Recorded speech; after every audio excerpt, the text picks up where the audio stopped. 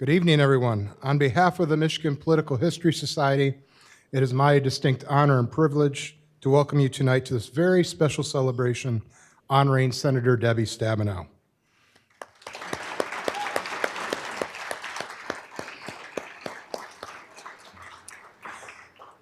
Thank you all for joining us at the beautiful Kellogg Center here at Michigan State University. I just want to take a time to thank the hospitality from our individuals here from their conference and event staff.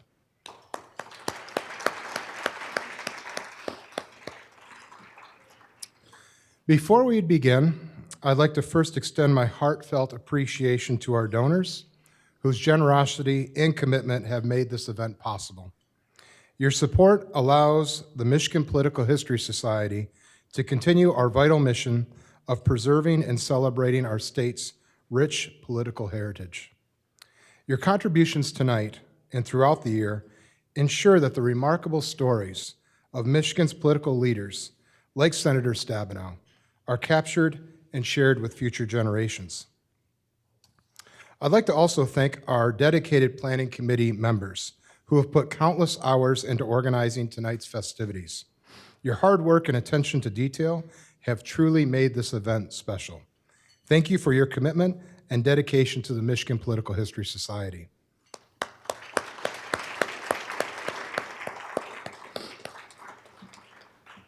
Tonight, we gather to honor a truly remarkable individual, Senator Debbie Stabenow.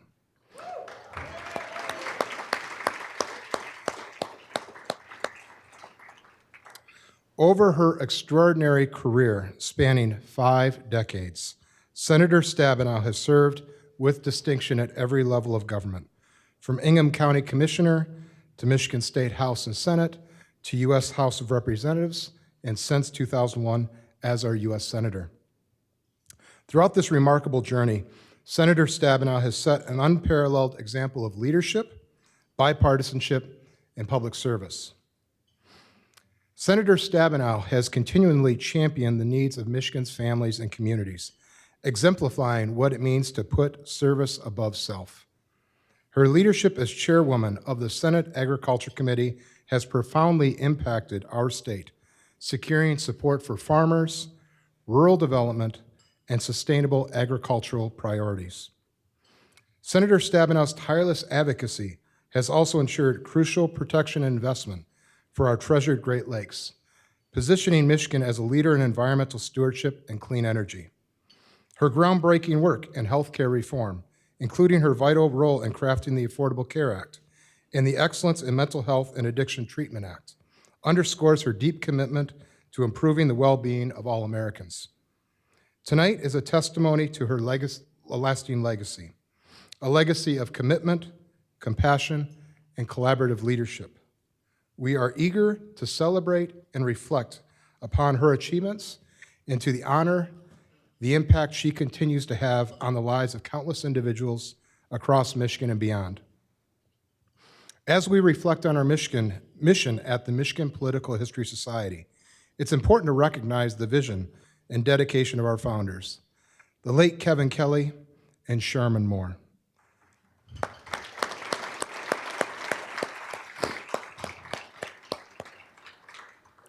Their passion for preserving Michigan's political history laid the foundation for this organization. Kevin and Sherman understood the critical importance of capturing and sharing the rich stories of our political past, ensuring that future generations can learn from the leaders who have shaped our state and our nation. We owe a deep debt of gratitude to them for their foresight and commitment to this important work. One of the cornerstone initiatives of our society is the Oral History Project, and at your table, there's a list of those oral histories in front of you. These histories seek to record and preserve first-hand accounts from Michigan's political leaders, capturing their insights, experiences, and reflections.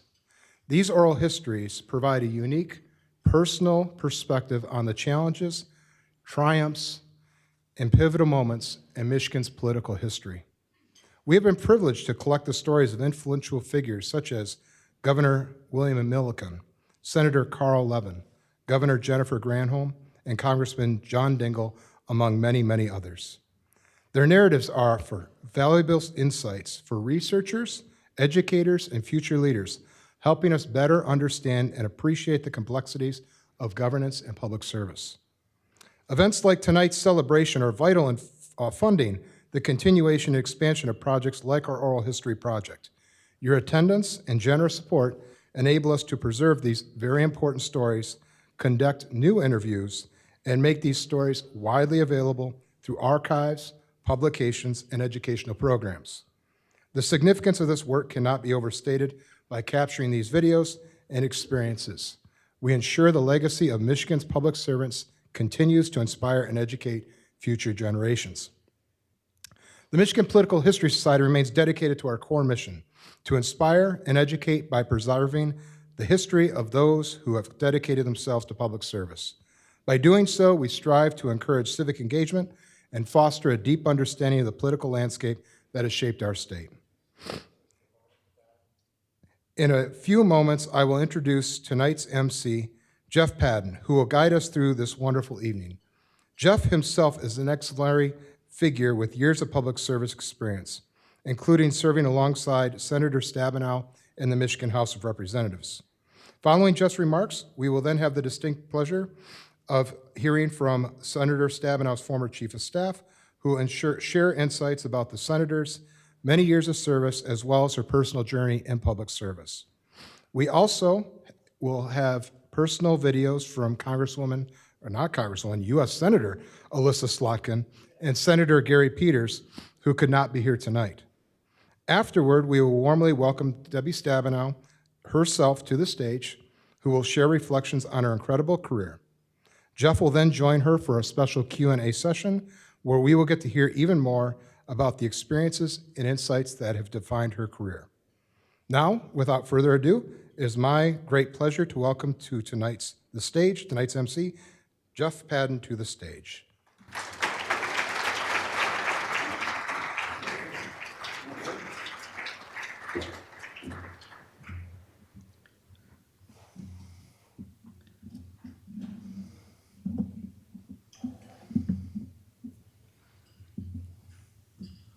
Good evening. United States Senator Debbie Stabenow.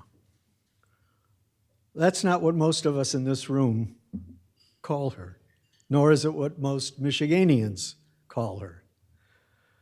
This remarkable woman, mostly we just call her Debbie. When she and I have dined out together in public, I've seen the truth of that. The people she has served for 50 years don't just admire and respect her, they love Debbie. I've known Debbie since she was elected to the Michigan House in 1978, 4 years after I was first elected. We served together for 8 years. We became great pals, and we remain so to this day. After the legislature, our paths diverged. I worked for the governor and eventually launched Public Policy Associates, and she rose to stratospheric heights in American politics where the air is rarefied. Here's one way to think of that. What are your odds of randomly bumping into a United States Senator? Now, across the whole nation, those odds are 1 in 3.4 million. And look, all of you have bumped into her tonight. While serving together, I knew that Debbie had further political ambitions. You could just tell. I gave her one bit of advice that I was certain would be essential.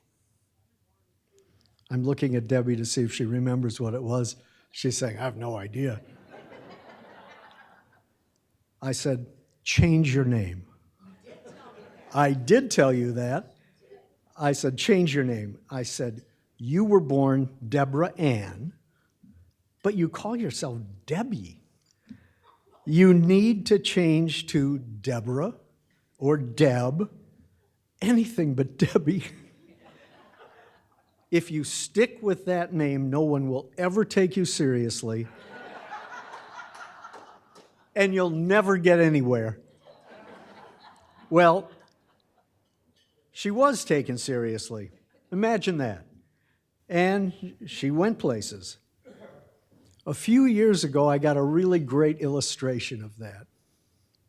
Debbie hosted my daughter and me for a tour of the United States Capitol and the Smithsonian. Doesn't that sound great? As we walked through the National Museum of African American History and Culture, we came to a huge photo of Barack Obama's first inauguration, and there she was in the photo and standing right next to us. That's one of those moments when I thought to myself, this woman is a big deal.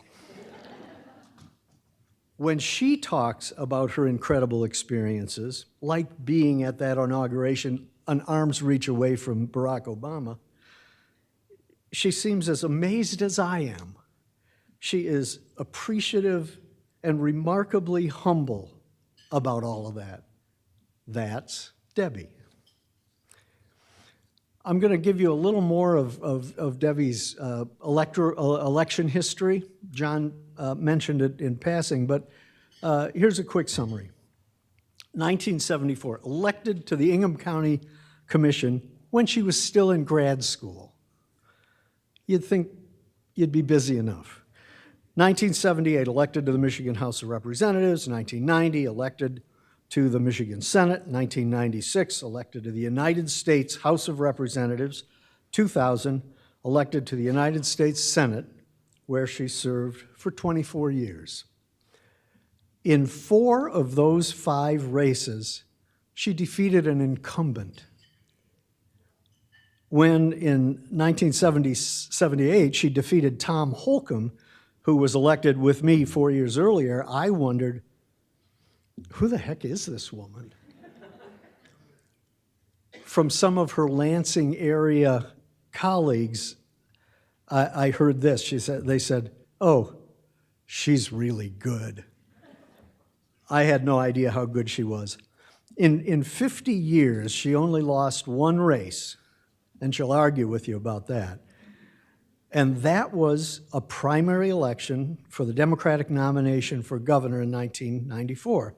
She finished second to Howard Wolpe, who made her his running mate for the general election.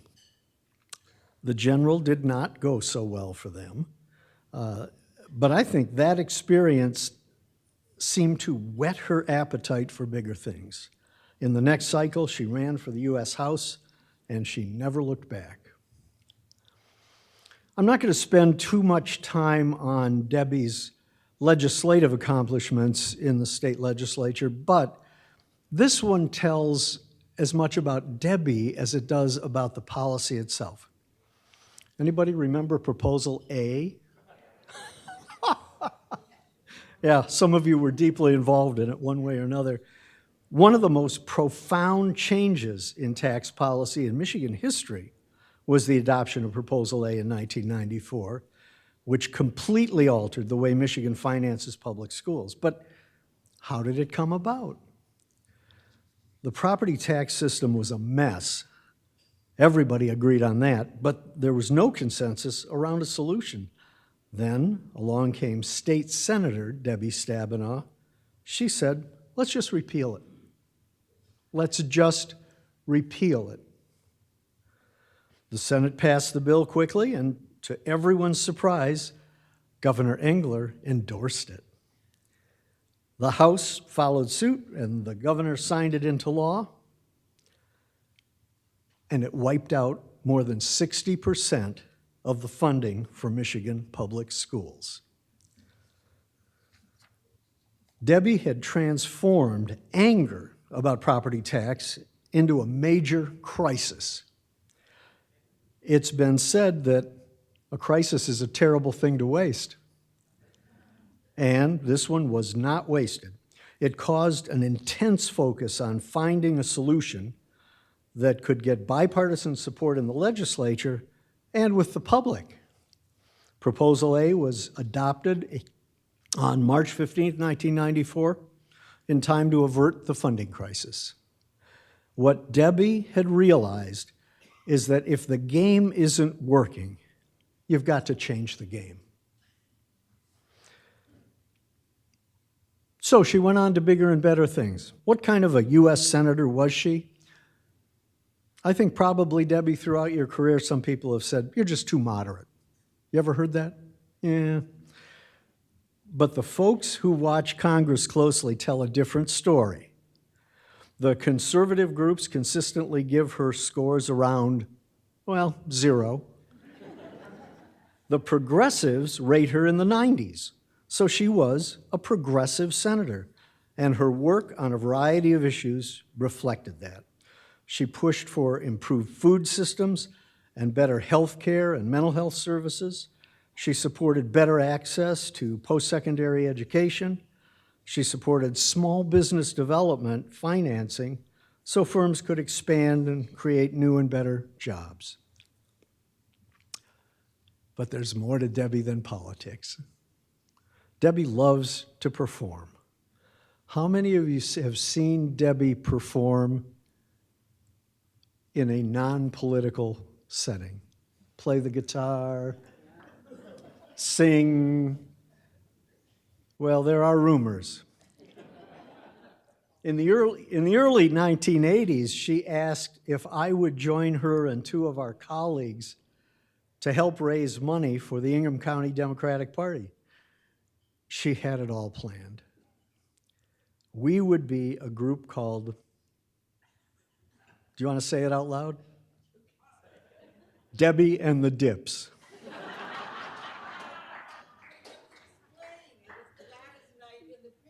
Debbie, it was like Gladys Knight in the Pigs. It was Debbie and the Dips. Thanks very much. But we did a Temptations song. We did My Girl. Anyway, she would be Debbie, and I, Lynn Jondahl, and David Hollister would be the Dips. We worked for weeks on our choreography, lots of moves. I'm happy to report that a video of that event does not exist. But the crowd loved it, and that's what counted. Lynn Jondahl recalls that soon after that show, the group broke up. It was over creative differences, he says. She always got to be Debbie, and we always had to be the Dips.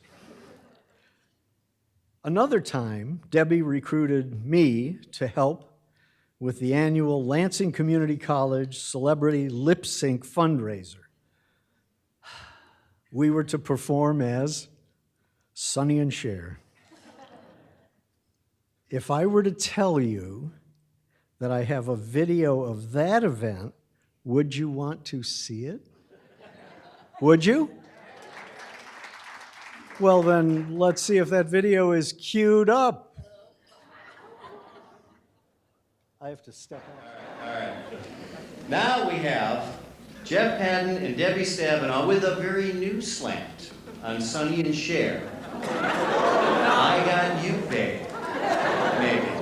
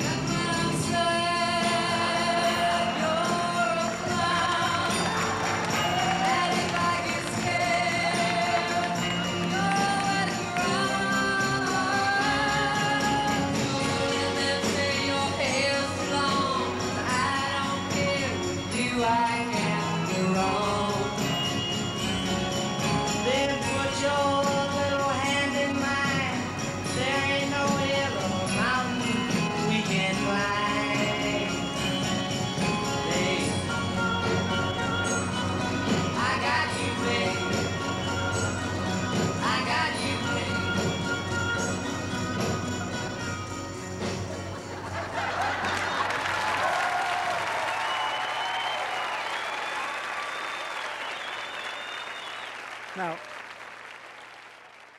doesn't that give you a completely new impression of United States Senator Deborah Stabenow?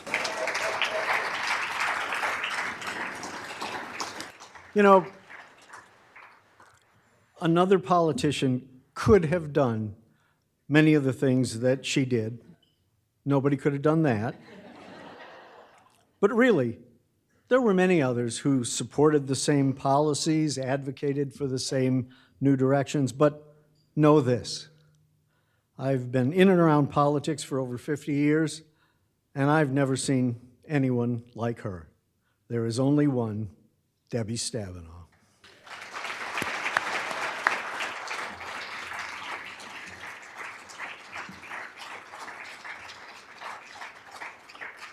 And with that, I am very pleased to invite to the stage Teresa Plahetka, who has been with Debbie for ever, and then some. Teresa.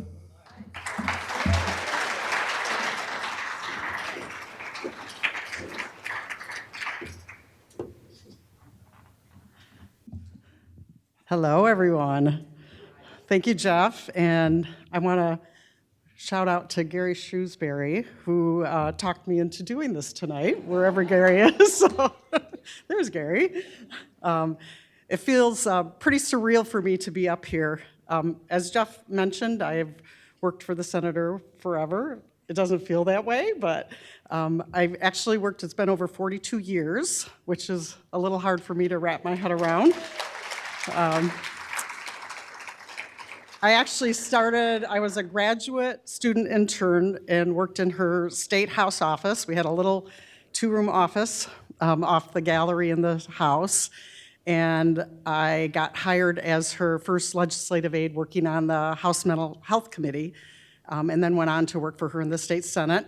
I ran her race for U.S. House and served as her district director. And then for the past 24 years, I was her state director just through her whole, all of her terms in the U.S. Senate. And then I fortunately was able to retire with her in January. It seemed very appropriate. So I really feel like I've been given a unique behind-the-scenes perspective on her career and on Michigan politics these past decades. And I'm going to try to give you a little bit of insight into that career tonight in my comments.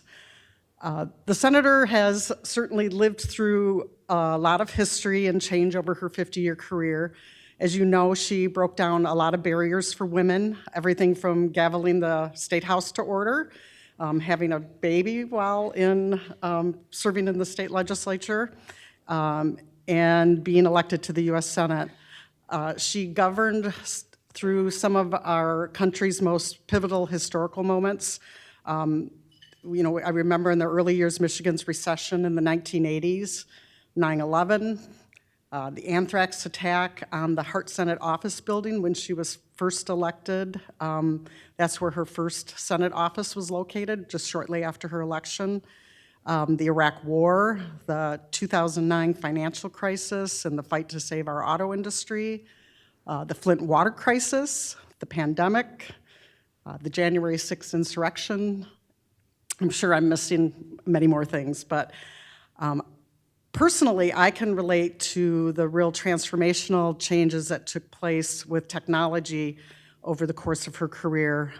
When I started in her state house office, we communicated with constituents by postal mail and an IBM Selectric typewriter. And I used a personal computer, got my first computer for the very first time when I worked in the State House office. I can remember those days. And at the time, she got her first mobile phone, and people really didn't have mobile phones back then. Everybody carried pagers, but she got her first mobile phone. It was a big bag phone that they gave to state legislators that she had in her car. So, you know, times have really changed. So the real question is, with all of this change over the last 50 years, what has been the secret to her success and longevity in Michigan politics? and she's getting really nervous right now when I talk about telling secrets. When I was reflecting on her career and the times we are in today, I thought of the saying, the more things change, the more they stay the same. Through all of this change, there have been some constant principles and issues that have really transcended the period of time that she was serving in or whatever level of government she was in. And it's these constant principles over the course of her career that have really made her so politically successful, but also successful in getting so much done for the people of our state. So I'm going to highlight 4 of these core principles that I believe really have been the things that have been responsible for all of her success. The first thing is it's really all about service. She, as Jeff mentioned, defied the odds and beat 4 male incumbents over the course of her career. Not an easy feat. And that started at the county commission level, and then the state house, and then to highly contested races for U.S. House and U.S. Senate. The biggest weakness of those incumbents that she instinctively saw was their failure to effectively serve the people that they represented. And she exploited that weakness very effectively. When she first ran for county commission, she went door to door with campaign literature, educating the public about the services of county government. And one of the pivotal ads for those that remember, in the 2000 U.S. Senate race, she exploited her opponent's failure to respond to his constituents. Excellent constituent service is the foundation of an excellent campaign, and that principle was just in her DNA. One of the things I am really proud about, and I know she is too, is the culture of service and responsiveness that we had in our offices and among our team. Many of our staff have moved on after her retirement and are working to spread that culture in other offices and areas of government today. The second principle I want to talk about was the example that she set in showing respect for all people. The bottom line is she was able to get things done and deliver for Michigan because of her personal relationships, the respect that people had for her, her bipartisanship, her willingness to compromise, her ability to put people at ease, and that included a lot of men who weren't used to working with a strong woman, but she was able to make them feel comfortable. People know her as Debbie, as Jeff mentioned, because she was always relatable. When she was talking to someone in a crowd, they felt like she really cared about them because she really did care. It was expected that our staff answer the phones and talk respectfully to people no matter their views. That's become harder in this day and age. That expectation came from the top. That came from her. People or voters know when they are being looked down upon, and they can sense disrespect. She valued the worth of all of her constituents, and that was critical to her success over the years. So if your career is characterized by the barriers you broke for women, then it might go without saying that you didn't wait for someone to give you permission to run for office.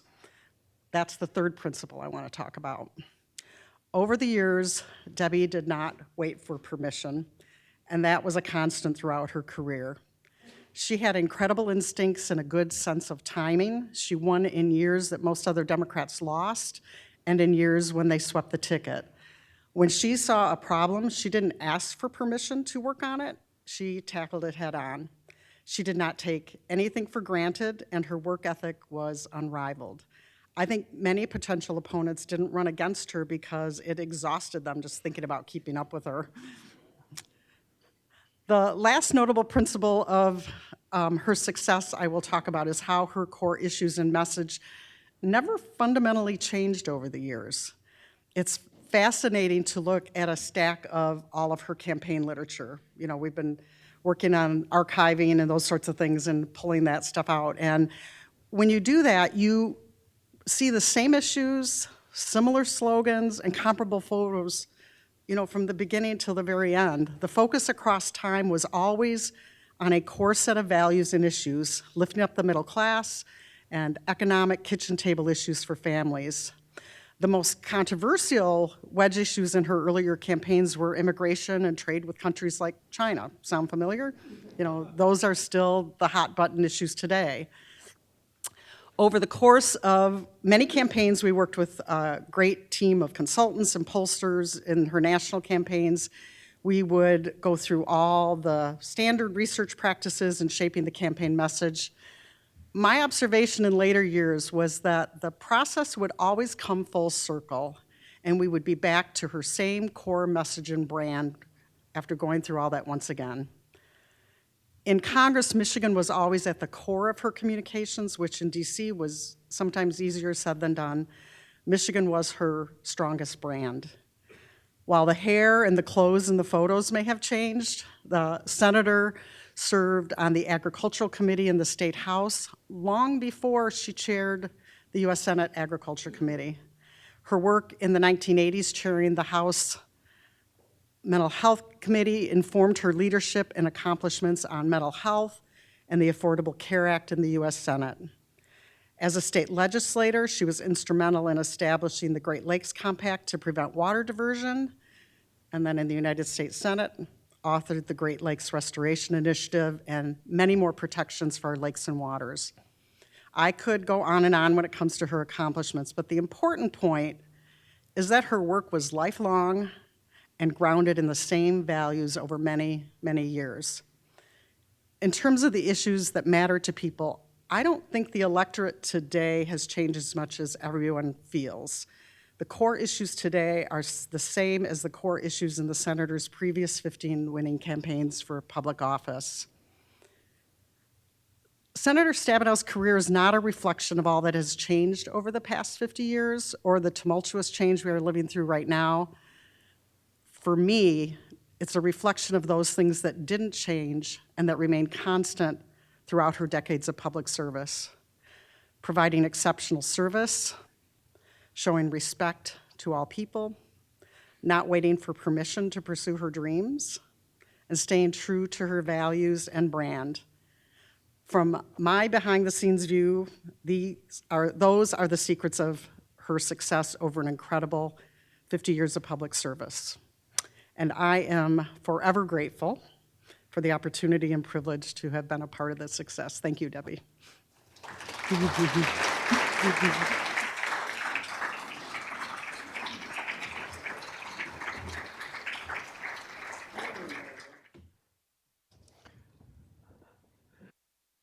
We now have messages from a couple of folks you've heard of.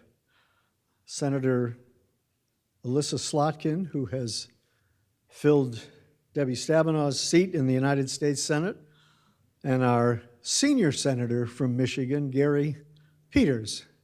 So let's take a look at those two videos. Hi, everyone. My name is Senator Alyssa Slotkin. I'm your newest senator representing my great state of Michigan in Washington, and I'm honored to be filling some very big shoes. I've looked up to Debbie Stabenow since I was a freshman House member. I've always admired how effective she served the people of Michigan, pushing to lower the cost of prescription drugs, protecting our beloved Great Lakes, and passing not 2, not 3, but 4 farm bills.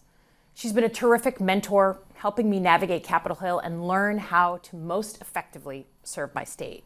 She's been first in so many spaces, from the Ingham County Board of Commissioners to Congress. Because of her, there was never a moment in my political career where I wondered if my gender would prevent me from holding office. I never wondered if it was possible for a woman to win a Senate seat in my state, because Debbie showed me that it was.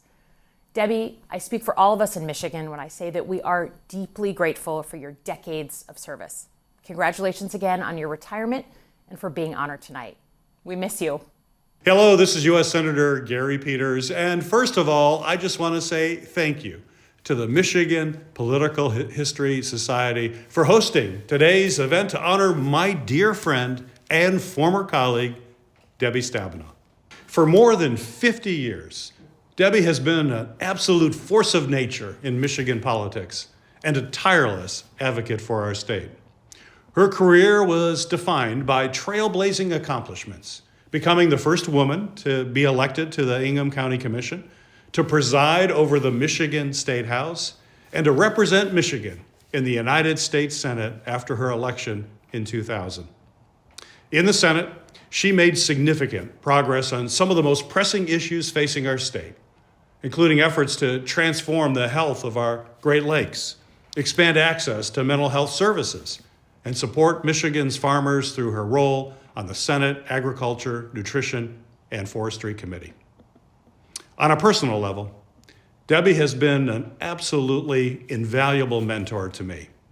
When I was elected to the Senate, Debbie instilled in me the idea that as elected officials, we should always strive to work in a bipartisan way to get things done for our constituents. But perhaps most importantly, Debbie Stabenow has served as a role model for countless young women in Michigan as well as across our country. Her trailblazing career has inspired the next generation of public servants in Michigan and beyond. She may no longer be serving in the Senate, but her legacy lives on in the generations of elected officials and staffers she has set the example for. There's no doubt in my mind that our state and our nation are stronger today because of Debbie's leadership and her service. Debbie, thank you. Thank you for everything you've done for me and for our state, and please enjoy tonight's event. I've already said everything I had to say about Debbie, so without further words, I want to invite former United States Senator Debbie Stabenow to come to the podium and say hello.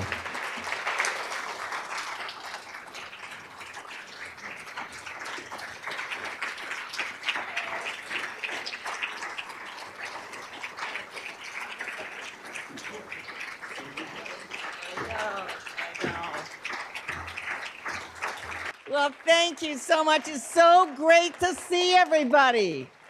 Oh my gosh. Thank you. Thank you. You know, I think I could go table to table and tell stories. And if you give more money to the Political History Society, I won't do that tonight. I'll use it as an opportunity to. But in all seriousness, it's just so great. So great to see so many friends that have been around for so long and to have a chance to be here. I'm not going to make a big speech. I want us to have a chance to really just talk and answer questions. But I do want to thank John and the Michigan Political History Society and Sharon and everybody who has been involved in really keeping alive what is so important.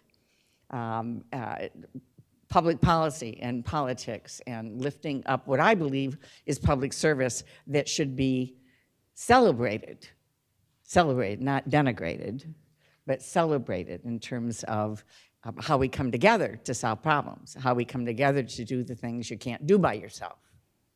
You have to be able to come together. And this organization really celebrates that, and I appreciate it very much. Also, Jeff Padden. I haven't seen that video in a long time. So I hope we raised a lot of money for the Lansing Community College Foundation with that one. But it was it was so fun to be able to, I wondered about that flag, if that was going to be a problem. Thank you. All right. It was so great sitting next to Jeff on the House floor. I won't take the time tonight to go through all the stories about Jeff, but the trombone player who was in the circus before being elected to the state house, now put that one together. All true. An accomplished trombone player to this very, very day. But I will say that it's been wonderful to have your friendship and to be with you all these years, to be able to celebrate so many different things with our families, and very, very grateful for your words tonight as well. I also want to say thank you to Gary Shrewsbury, my dear friend and buddy, wherever he is, who's constantly doing slideshows of me, and when he's not doing that, he's taking pictures of me. So, but Gary, thank you. Thank you, thank you, thank you. Thank you, thank you, thank you.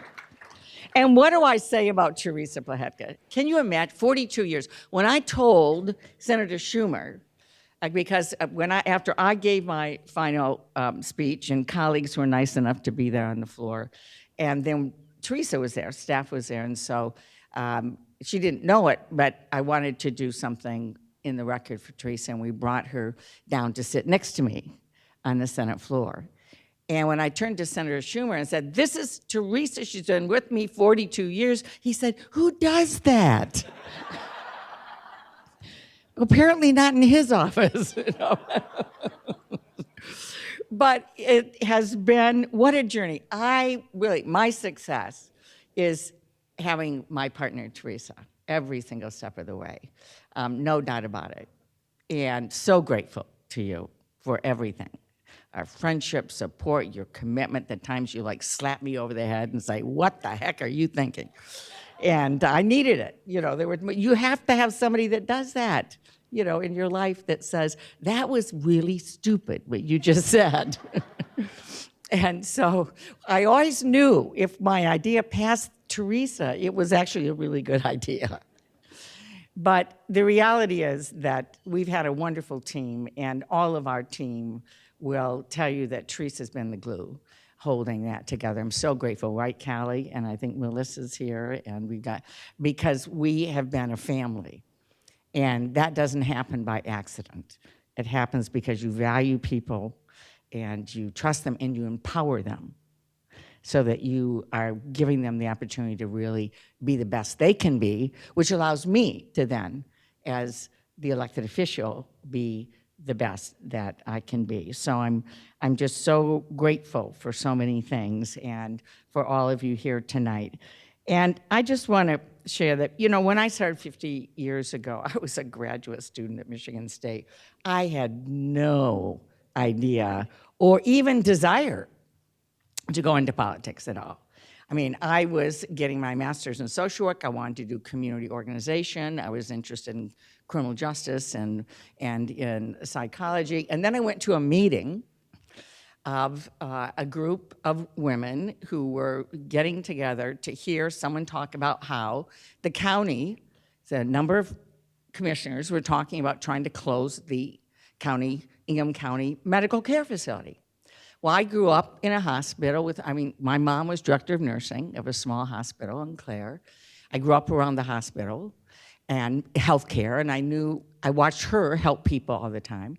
And I thought, how in the world could you close that facility, because it was the only one that took low-income seniors. It was this is the 70s, the only one that took Medicaid. So how could they even think of that? So I was pretty fired up, and ended up helping to lead the effort and going to the county commissioner meetings and going, who are these people? How could they be doing this? And so we ended up having a great effort. There were, I know, people in this room that were engaged in that, and we saved the nursing home. And then after that, it turned out that I lived in the district of the county commissioner trying to close the nursing home. And people came to me, Pete, this a little bit before you on the calendar. People came to me and said, "You need to run against him." And I said, "I don't know anything about politics. I don't know you." But they kept saying, "You need to run against him. You need to run against him." And all I know is I was really mad. And so I said, okay. And so I got my chart out of how county government works, and I started going door to door. And 3 weeks before the election, he's calling me this young broad running against him. And the young broad beat him. So, but I have to say that that put me on a path of understanding the importance of public service, that if you care, you can make a difference, not just with an individual, but with a community, with larger groups, that you can make change happen. And it opened a lot of doors for me and my eyes about the fact that I enjoyed that. And I was pretty good at it. And so I decided to try that path. I realized that positive differences can be made if you are involved in government, and that is true today. That is true today. Yes.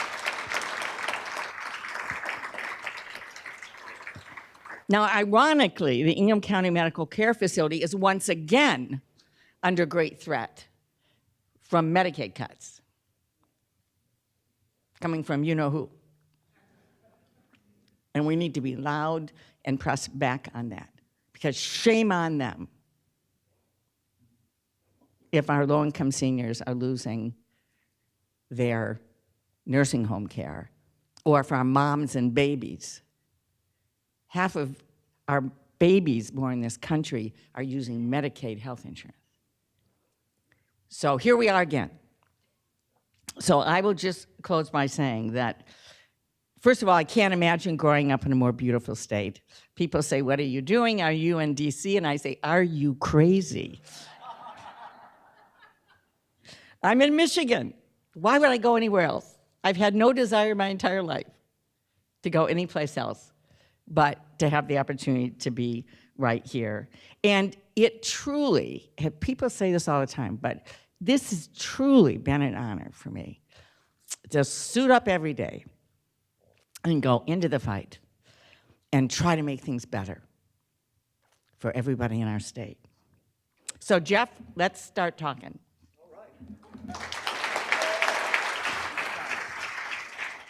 You had the microphone, you could have gone on all night. I know I should have, depending on if he starts asking too many weird questions, I'm There going we to go go. back to speaking at the podium, so we'll just leave that as an option. Okay. How many weird questions is too many? I don't know, we'll see. Okay, we'll see.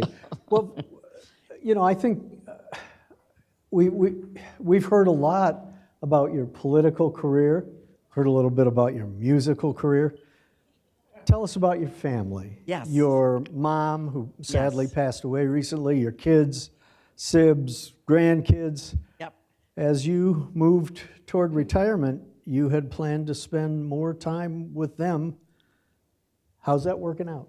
Well, I absolutely am, and I have to say that as much as humanly possible, I did not miss anything that was on a weekend that I could get home to, even being in DC.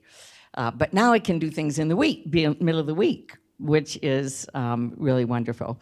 Many of you know my son Todd, and he now he and Sarah live in Oakland County and have two wonderful children, the oldest of which is graduating from high school, which I cannot have a grandchild graduating from high school, but I do.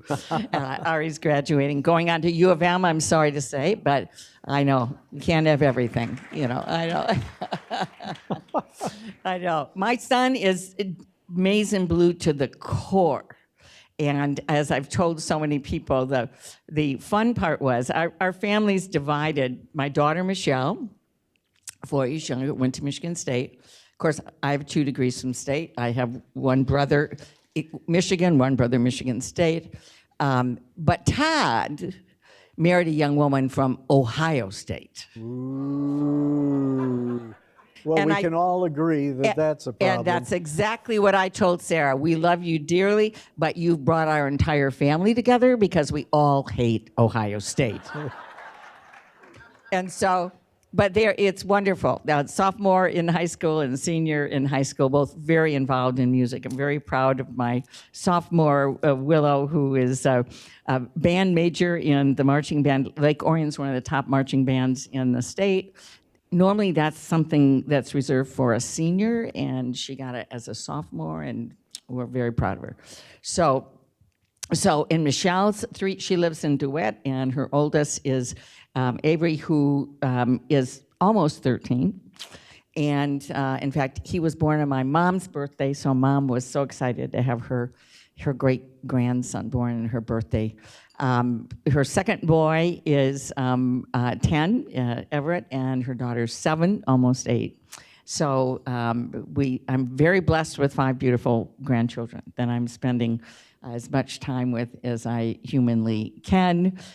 2 brothers, one in town, Lee, and one who's down Jackson area. And even though Lynn lives in Jackson, the home of the birthplace of the Republican Party, he is a rabid Democrat. If you're on his Facebook page, he is blowing up about the current president every 2 minutes. And so I always have to laugh about that.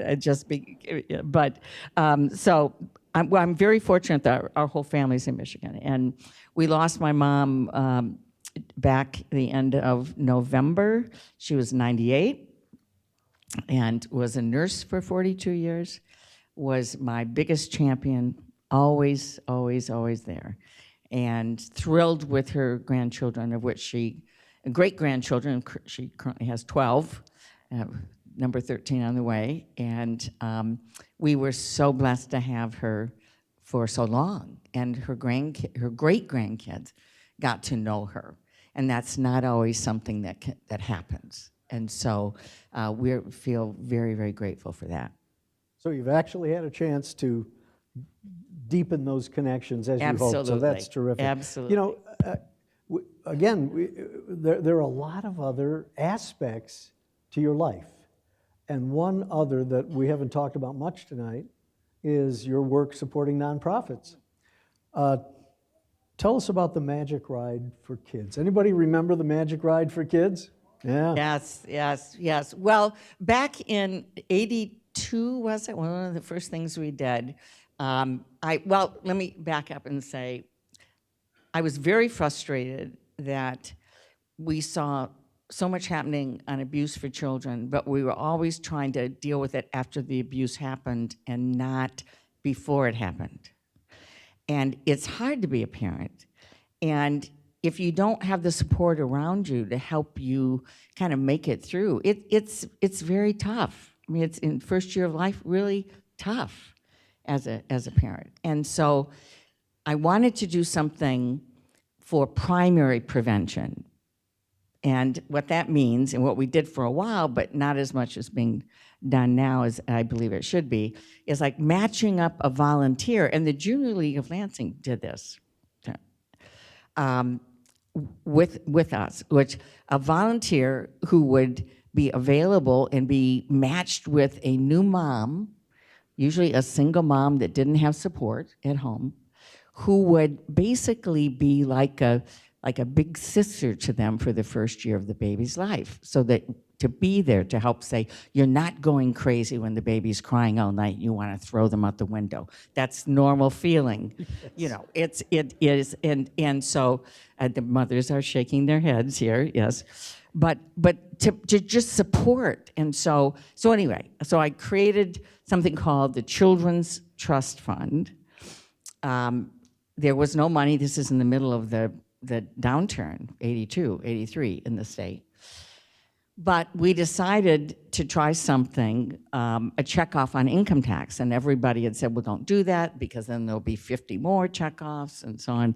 So, and we protected it until I left the state senate. We protected it so there was only Children's Trust Fund. But said we're going to raise money, and then we would make it independent. It started out independent, unfortunately is not now, which I think is a mistake. John Ingler brought it into state government rather than a trust fund board that had all the departments on it and sort of a multidisciplinary approach, but separate. And this is a long way of saying, I wanted to demonstrate that they could accept money.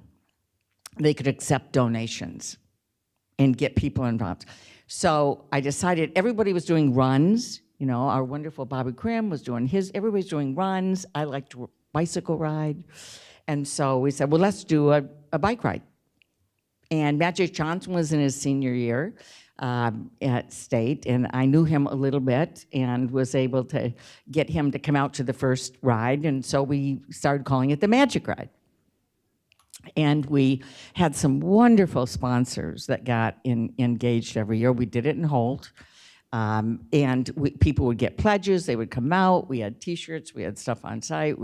Then we expanded it to local child abuse prevention organizations who did their own Magic Ride and then came to ours and so on. And we, over the course of doing it, raised $2 million over the course of several years. Not bad. All right. I'm going to veer back into politics. Those of us who spoke, I think we all referred to the fact that you'd knocked off all those incumbents, which meant you thought you could do a better job than they were doing. But why didn't you just wait your turn? Well, I remember, by the way, if women wait, we'd still be waiting. There'd be, Yes. So. But I remember, and I won't say who, but I remember calls that I got when I was a county commissioner. I was chair of the board and decided that I really wanted to run for state rep. We had Dave Hollister, who was terrific, and we had Lynn John Doe, and then our side of town didn't quite have the same caliber of state rep. And I was 4 years in the county, and we'd built a jail and dredged Lake Lansing, and we're doing all this stuff. And I thought, I can do more as a state rep. It was all, for me, it was never the name, the title. It was, I could do more of what I want to do if I was over there. So then I would run for it. So I decided to run, and I felt I could beat the incumbent. And the same thing is true. It was different. Primary is different. But I didn't know that you're not supposed to run against a primary, particularly 1978, and they're supported by the UIW. You're not supposed to do that. I didn't know that. And so I had a lot of people going, you're not supposed to do that, And we both did. Yeah, we both did. But the calls that I got that were so disappointing, there weren't that many, but were from women, older women who told me, you should wait. You haven't been doing this long enough. It's not your turn. And I thought about that, and I thought, I can beat him. Why wait? I believe I can win. Why wait if I believe I can win? And so it was risky. It really was risky. Primaries are not fun. But I was fortunate enough to win the primary and then go on to the general. It is more fun for all our Republican friends in the room, beating Republicans in a general election. So, U.S. Senate, U.S. House, more fun. And so it was different, though, because when I ran against Dick Chrysler in 1996, this was the first election after the Newt Gingrich Revolution, 1994, and everything that happened. And so there was a major backlash and a major push. And, I thought, he wasn't doing the job at all. Not constituent services, not other things. He'd never been in elected office, didn't understand sort of how you do this.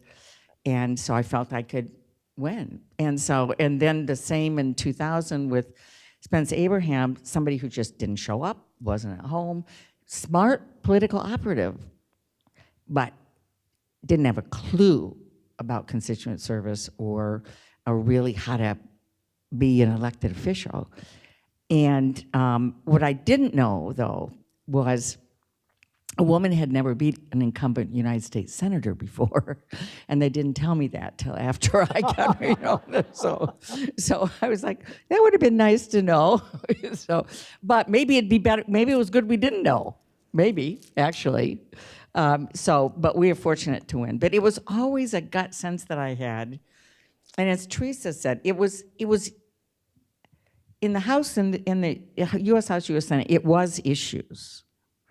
But it was more about the fact these were not people, in my judgment, that were showing up and doing the work and solving problems for people and connecting with people and so on.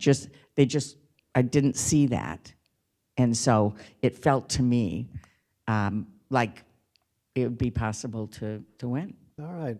You know, I now want to combine your your political career with your musical prowess. Oh boy, this is more Sonny and Cher? No. I thought maybe we'd do the number. Yeah. You've told me a lot about the massive farm bill that you passed the first time around.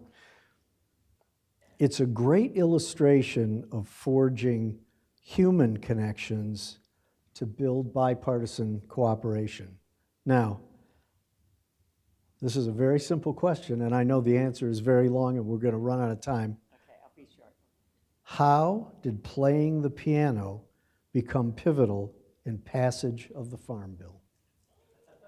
Well, in the first Farm Bill, first of all, I had to have two different Republican counterparts. I was chair, and we went through one time, wrote a bill, House didn't pass it, came back, and then I had a different ranking member because they had term limits on their side, and so I went from Senator Roberts to Senator Thad Cochran from Mississippi.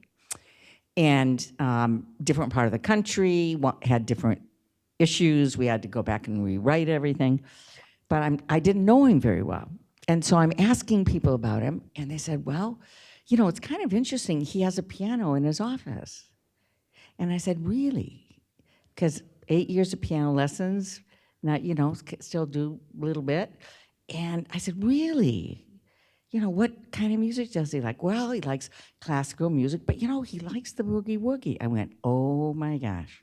That is like my family song. My dad had a jazz saxophone and wanted to be able to play it and taught us all the boogie woogie. You know, I'm the oldest child, but in my family, my grandkids now know how to play the basic boogie woogie.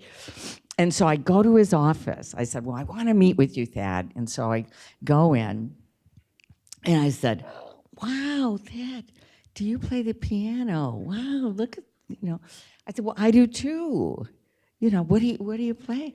So I sat down and started playing the boogie woogie. And his eyes lit up. And he was like, oh my gosh, I didn't know people still knew how to play the boogie woogie. And so he came over and started playing with me. Oh. And we just, in his office, the people are coming in from his staff going, what the heck is going on in here? They're both sitting down and playing the piano. But we bonded immediately. And then talked about different kinds of music and so on. And then later on, because I love the blues, he invited me down to speak he's from Mississippi, to the Delta Council, which is the big ag annual conference. And I went down, and then we went to I'm forgetting, Robert Wood's hometown. Anyways, we went on this blues trip. And together, and they took me to all these key blues places, and B.B. King has a museum down there and stuff. So by the end of that, we were like this, and I, you know, we really liked each other. We disagreed. I mean, we had different thoughts, you know, on big versus small farms and crops and so on, but we had formed a connection, and so. Whenever it got tough in the negotiations, I would say, should we go back to the piano? So that's part of the reason we got the bill. Yeah. Now, I do want to open it up for any questions from the audience. We don't have a lot of time left, but who has the microphone? Allison. So if there's anybody in the audience who might have a question, put up your hand, Allison will come. In the meantime, I'm going to throw the lightning round questions at you. Okay. These are very quick questions with answers that are less than 30 seconds. Okay. Did you ever imagine running for president? Well, no, no. Here's what I would say. The big joke is, how do you describe somebody running for president? You say senator, because everybody wants to run for president. I actually never did. I did have one occasion where Nancy Pelosi approached me saying I should be the vice presidential candidate with one of our folks, and was like trying to get me to do something like that, which it's like you would say, why not? But I didn't want to do it. So Okay. I never really did. Simple enough, thank you. Allison, is there somebody with a question? Somebody over there, and then I've got someone on deck here. Okay. Oh, there we go. And would you stand up and identify yourself? Thank you.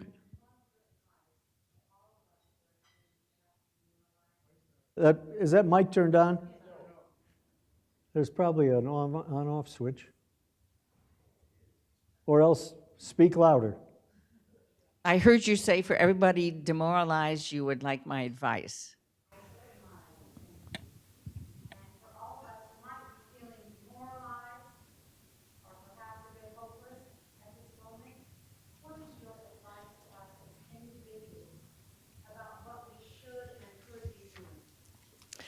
This is a really scary time, and that's an understatement. I would say, number one, don't stand down, stand up. Yes. In the next 18 months, we have to be loud. Seriously, if you care about our country, I don't care, Democrat, Republican, Independent. If you didn't vote, shame on you. But the truth is, we have got to engage, as exhausting as all of this is, and as scary as it is. I'm a very a glass half filled person. And normally I would say, well, we'll just wait till the next election. We'll change the House, there'll be a check. I don't know if we have 18 months. I mean, the truth of the matter is, our democracy is under assault, our freedoms are under assault, our services are under assault. We've got a combination of things going on that frankly Russia loves and others behind this. And we've got a situation where there are people who, hate government and public services and freedoms and, universities that allow free thought or whatever it is. What we know about this group, though, is that if we are loud, they back up, okay? They were going to eliminate Head Start. People got loud, and now they're not going to. They took Jackie Robinson and the Tuskegee Airmen and the women pilots in World War II and the Navajo code breakers off the Department of Defense website. Loud, they put it back. I mean, unfortunately, we're in a situation, I think their goal is do 100 horrible things, hope people get loud on 25, then they get to keep 75. So it is, I am very concerned about that. And I'm also, fundamentals to our democracy and rule of law, fundamentals to our freedoms. But there's also a group that believes public services should not exist unless somebody's making money off of it. And that's where you get the privatization of Social Security, Medicare, Medicaid, the post office, the weather service. Anything that's a public service, there's a group of people, starting with a guy who owns SpaceX, who believes if he's not making money off of it, and he makes a whole lot of government money, by the way, contracts. But if they're not making money, then it shouldn't exist. That there's no such thing as public services, that things we do together. things that you do together because you can't do by yourself. Can't protect the Great Lakes by yourself. Can't do, there's a lot of things we can't do by ourselves, but they just don't believe it. So what I would say is, I mean, I think this is a very serious time with multiple interests, sort of the folks that, want to destroy the services, the folks on the other hand that want to really, really destroy democracy. And in the past, if I had heard somebody say that, I would go, whoa, man, that's pretty extreme. I don't think that anymore. I think we need to be paying attention, really paying attention. And they are backing up when people speak out. So say no to the bully. Even if it's just your own personal life, say no. I mean, when somebody's coming at you with a comment that's wrong, just say, you know what, I don't agree with that. The racist joke, say, that's not okay. Wherever we are in whatever space we're in, I believe we have to have the courage right now to say, this stuff is not okay. It is not normal. And it is not American. It's not the America we want, that's for sure. Thank you. And thanks for that question. Now, Allison, you have a question from over here. Is the mic working? Can we check the mic? Let's see. It is working. Hey, Pete, how are you? I'm doing fine, age adjusted. I want to take you down memory lane for a minute. Uh-oh, you and I go back a long way. As I remember the circumstances, you lost the primary to Howard, you ran for lieutenant governor, you lost. And then 2 years later, the opportunity was there to run against Dick Chrysler. And I remember you saying to me, well, I really want to run for governor again. And I said to you, don't do it. If you run for governor, you'll be back in a very ugly primary. I was with Labor and I knew how those things went, and they weren't good. On the other hand, if you run for Congress against Chrysler, you won't have a primary. And as I remember it, you didn't. I did not have a primary. In fact, I told them I wouldn't run if I had a primary. That was part of the agreement. Good. Yeah. And then, as best I can tell, you ran for the Senate 4 times after that, and I don't think you ever had a primary after that either. No. A That's charmed the way to do life. it. Okay, thank you, Peter Eckstein. Another question here. Let's see if that mic is working now. No. I'll just Be loud. No, Okay, I was a teacher. There you go. All right, my name is Tricia Alexander, and bottom line, I want to ask you something to deal with right now, okay? Okay. Thank you. I don't know if that's any better than what I was showing. Yes. Anyhow, what I wanted to find out from you is what you can advise to all of us, and I mean every single one of us here, how we can bring young people to come in to start going the direction that you actually did by getting upset, by getting whatever you want to call it, to get involved, whether it's at the very lowest level of school, boards or whatever, all the way on up. If you could help us with that, I think we can make a difference that's going to last a lot longer than just the next 18 months from now. We need young people, obviously, to be engaged. What I think honestly the biggest challenge is right now is the messages they're getting from social media. Most young people are watching YouTube. They're not watching other stuff, or they're on some other app, or some other thing. And what's scary to me is looking at what's there, the content there is, and my son who's engaged in watching this and doing things, Todd will say, Mom, he'll send me stuff and go, you guys don't get, you're talking about regulating Facebook and, regulating the episode, and nobody's talking about YouTube, and that's where all the kids are. That's what they're doing, is watching TV on YouTube, not YouTube TV, YouTube programs, as well as all kinds of other things. And I worry because when I look at what happened with young men in this last election, and in talking to young, we have to listen. We have to listen and try to understand this. But I was talking to a young man last weekend, very impressive young man graduating, who was talking about his friends and that what they watch, what they hear is racist and, you know, this misogynist, racist, I mean, all hateful kinds of things all the time. And so somehow we've got to be able to control the messages or create more opportunities for people to hear other messages. You know, it's not cool to be cruel. That's not tough. You know, it's been defined as tough. It's not tough.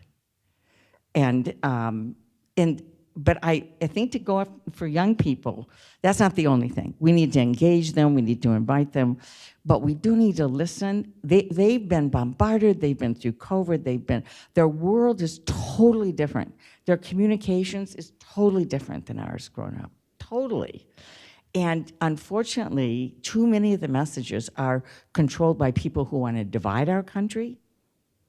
They're messages that aren't even from our country, that are trying to keep us riled up. And the algorithms on these sites, you know, are ginned up. So the more upset you get, the more you see of whatever it was that got you upset. So that really worries me about where we are going in terms of communications with folks. And so we need to engage people. They need to volunteer. We need to do all the things we've been doing to get them engaged. But if we're not figuring out how to address what they're hearing, you know, the divisiveness and the hatefulness, it's shocking to me, some of the things that I look at in terms of, you know, like 9 out of 10 of the podcasts in the last election were these hateful right-wing podcasts. And when that means the other side better get to work, start putting out content that somebody's going to listen to.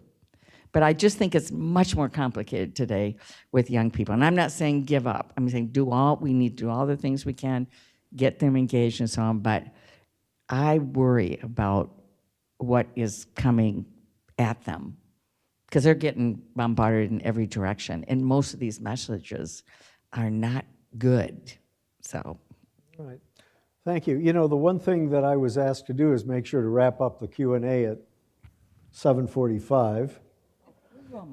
Yeah, almost. Well, but we do have to wrap up the Q&A at this point, and I want to do 2 things. I want to invite John Kaczynski to come back up to the podium to conclude this amazing event, and I want to say thank you to my great pal Debbie Stabenow once again. thank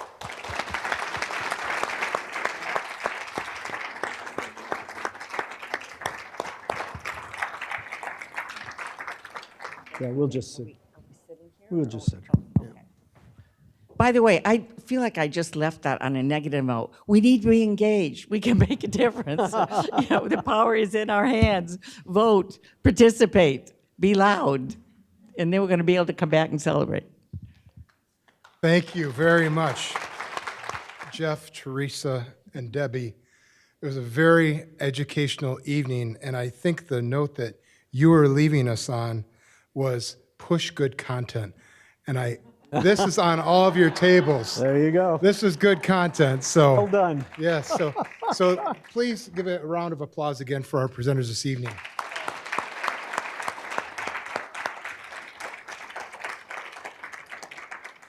Before we end tonight, there is one person, so for the Michigan Political History Society, it's the heartbeat of the society. She's the one that keeps us on schedule, making sure we show up and we have our meetings. And so I know Linda's putting her head down. But Linda, could you stand up real quick? Linda Clary.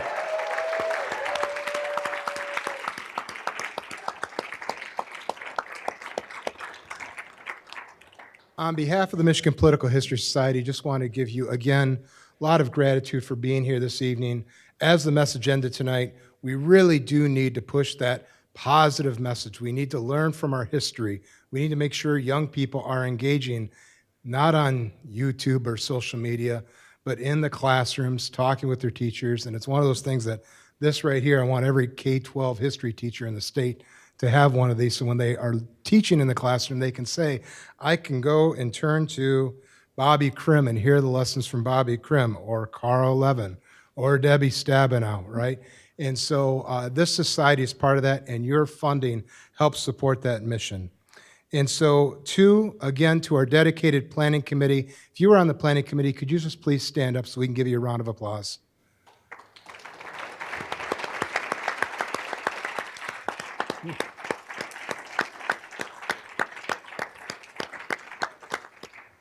And on that note, safe travels home, and thank you again for joining us tonight, and we look forward to seeing you at the next event. Thank you. Thanks.